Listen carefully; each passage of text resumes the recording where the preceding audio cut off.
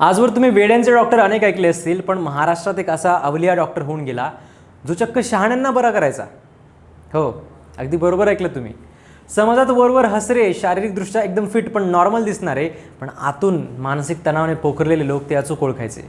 एका बाजूला मानसोपचार तज्ज्ञ, दुसऱ्या बाजूला संवेदनशील कवी, कधी तबल्यावर थाप मारणारा कलाकार, तर कधी लेखणीतून समाजमनाचा आरसा मांडणारा साहित्यिक.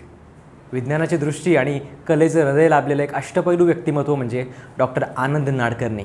पण दुर्दैवाने आज हा आनंदाचा वेध घेणारा आवाज कायमचा शांत झाला आहे.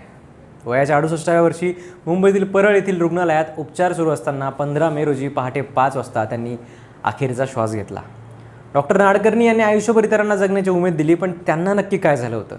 वयाच्या 68व्या वर्षापर्यंत त्यांचा हा थक्क करणारा प्रवास कसा होता आणि त्यांनी समाजाच्या मानसिक आरोग्याची व्याख्या कशी बदलली, हे सगळं सविस्तरपणे जाणून घेऊयात आजच्या विशेष व्हिडिओमधून. नमस्कार, मी संकल्प पाटील आणि तुम्ही बघताय लगावबत्ती. डॉक्टर नाडकर्णी यांच्या आजारपणाचा प्रवास असा अचानक सुरू झाला. मार्च महिन्यात त्यांना पॅनक्रियाटिक ट्यूमर म्हणजेच स्वादुपिंडाच्या कॅन्सरचं निदान झालं. 6 मे रोजी मुंबईतील ग्लोबल हॉस्पिटलमध्ये त्यांच्यावर एक मोठी शस्त्रक्रिया झाली. ऑपरेशन यशस्वी झालं होतं आणि ते हळूहळू बरेही होत होते.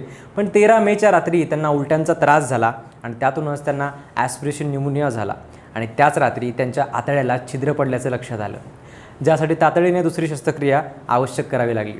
सुरुवातीला त्यांच्या प्रकृतीत काहीशी सुधारणा दिसत होती, पण त्यानंतर मात्र त्यांना हायपोटेन्शनचा त्रास झाला आणि पुढे हृदयविकाराचा झटका आला आणि 15 मे रोजी पहाटे 5 वाजता त्यांचं निधन झालं. अनेकांना उभारी देणाऱ्या या महान डॉक्टरचा शेवटचा प्रवास जरी असा वेदनादायी असला, तरी त्यांच्या संपूर्ण आयुष्याचा पाया हा संघर्षातून उभा राहील असा होता. डॉक्टर आनंद नाडकर्णी यांचा जन्म एका सुशिक्षित कुटुंबात झाला. त्यांचे वडील प्राचार्य होते, त्यामुळे शिक्षणाचे संस्कार घरातच होते. लहानपणी पोलिओमुळे त्यांना शारीरिक अडचणींचा सामना करावा लागला, पण अफाट बुद्धिमत्तेच्या जोरावर त्यांनी या संकटावर मात केली. त्यांचे शालेय शिक्षण जळगाव, अंबेजोगाई आणि ठाणे इथे झालं. पुढे वैद्यकीय शिक्षणासाठी त्यांनी मुंबई गाठली.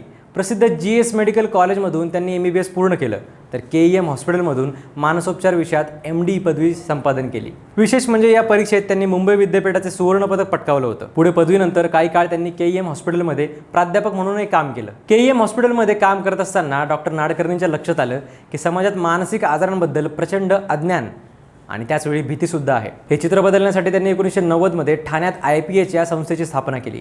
आज ठाणे, पुणे आणि नाशिक अशा 3 शहरातून ही संस्था हजारो लोकांसाठी आशेचा किरण ठरते. व्यसनमुक्तीच्या क्षेत्रातही त्यांचं काम मोलाचं होतं. 80च्या दशकात रस्त्यावरच्या व्यसनी तरुणांवर उपचार करण्यापासून सुरू झालेला त्यांचा हा प्रवास पुढे मुक्तांगणसारख्या जगप्रसिद्ध व्यसनमुक्ती केंद्रापर्यंत पोहोचला. अनेक वर्ष ते मुक्तांगण मित्राचे अध्यक्ष होते.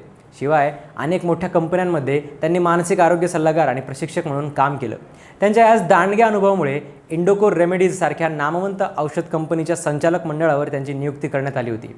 शिवाय डॉक्टर नाडकर्णी बहुआयामी कलाकारसुद्धा होते. त्यांनी 27पेक्षा जास्त पुस्तकं लिहिली, ज्यात कदाचित आणि रंग माझा वेगळा सारख्या नाटकांचा समावेश आहे. कासव, देवराय आणि डॉक्टर काशीनाथ घाणेकर यांसारख्या गाजलेल्या मराठी चित्रपटांसाठी त्यांनी सल्लागार म्हणून मोलाचं काम केलं.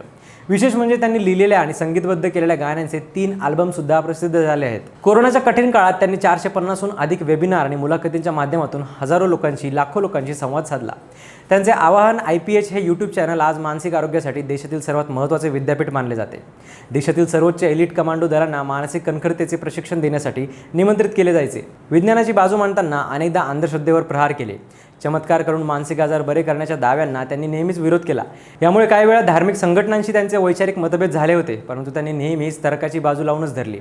शिवाय फक्त शहरांपुरतं मर्यादित न राहता आदिवासी भागातील मानसिक आरोग्यासाठी आणि व्यसनमुक्तीसाठी अत्यंत तळमळीने त्यांनी काम केलं. ठाणे आणि पालघर जिल्ह्यातील आदिवासी पट्ट्यांमध्ये त्यांनी मानसिक आरोग्याबाबतचे अज्ञान आणि अंधश्रद्धा दूर करण्यासाठी अनेक आरोग्य शिबिरं आयोजित केली होती. मानसिक आजार म्हणजे करणी बाधा नाही हे पटवून देण्यासाठी डॉक्टर नाडकर्णी आदिवासी बोलीत तिथल्या लोकांना समजावून सांगायचे. तब्बल 40 वर्ष मनोविकार तज्ज्ञ म्हणून सेवा देणाऱ्या अवलियाला 2025 साली त्यांच्या अमूल्य कार्यासाठी जीवन गौरव पुरस्कार देऊन गौरवण्यात आलं होतं.